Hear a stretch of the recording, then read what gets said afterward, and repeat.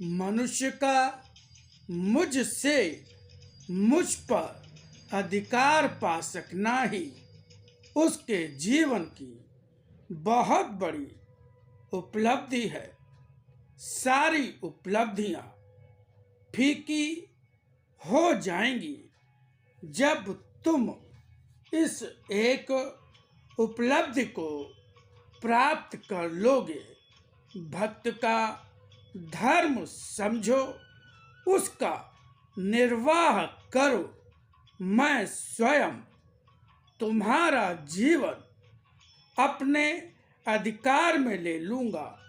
उसी प्रकार जैसे भोले छोटे शिशु को माँ की गोदी में अपने लिए कुछ मांगना नहीं पड़ता, बैठने का अधिकार मांगना नहीं पड़ता, उसे तो माँ की गोदी पर स्वयं अधिकार मिल जाता है।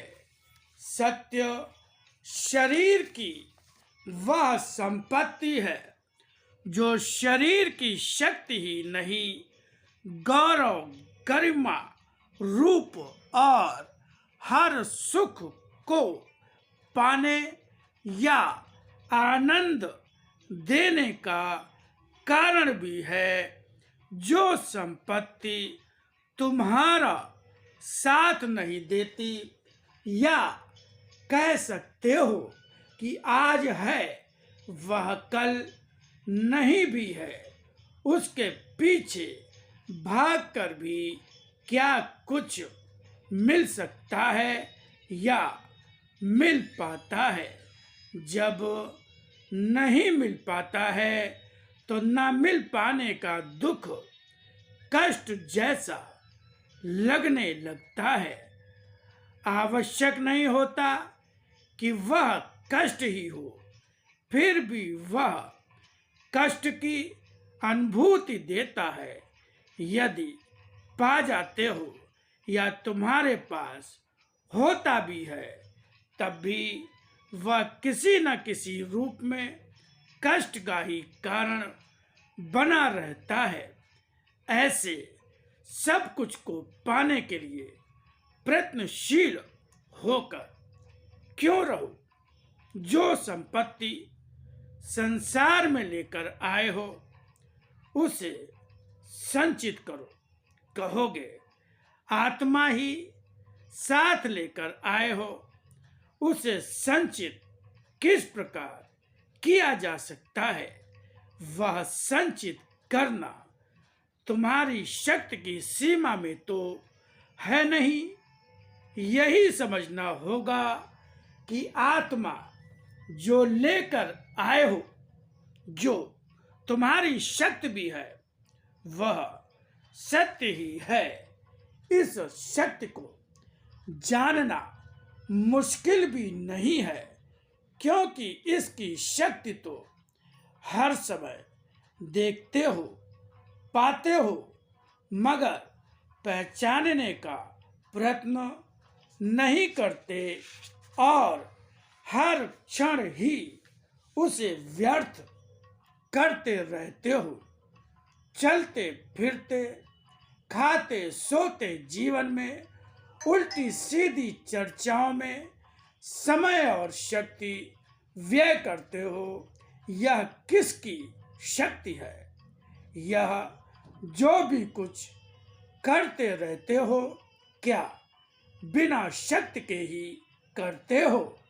संसार का कोई भी कार्य बिना शक्ति के होना संभव ही नहीं है।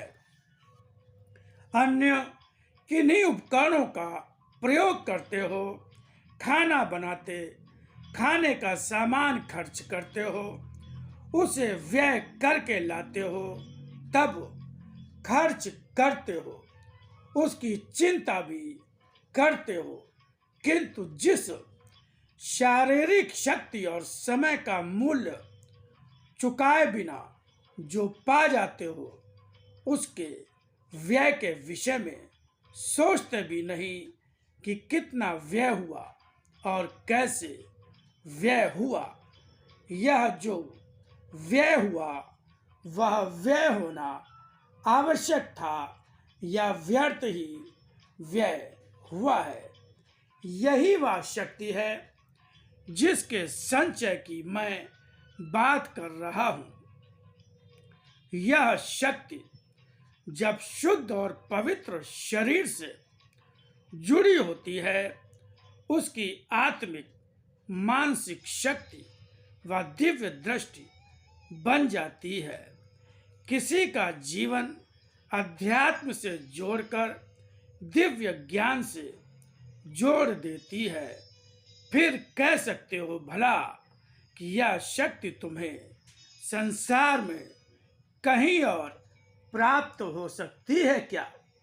संसार आध्यात्मिक ऐश्वर्य का सागर है, जिसमें जितना ही तैरना सीखोगे, जीवन उसके ऐश्वर्य से सिंचित हो जाएगा।